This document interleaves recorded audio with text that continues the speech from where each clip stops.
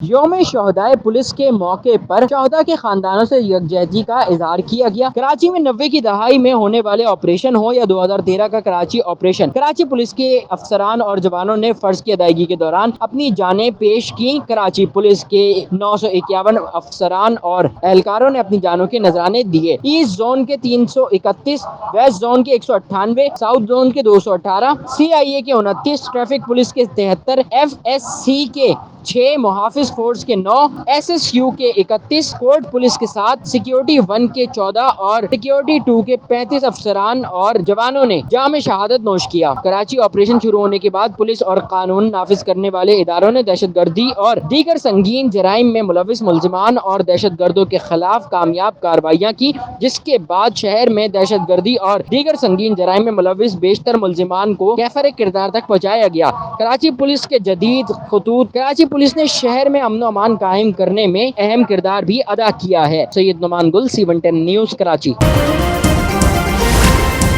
C110 news, خبر کی اصل خبر۔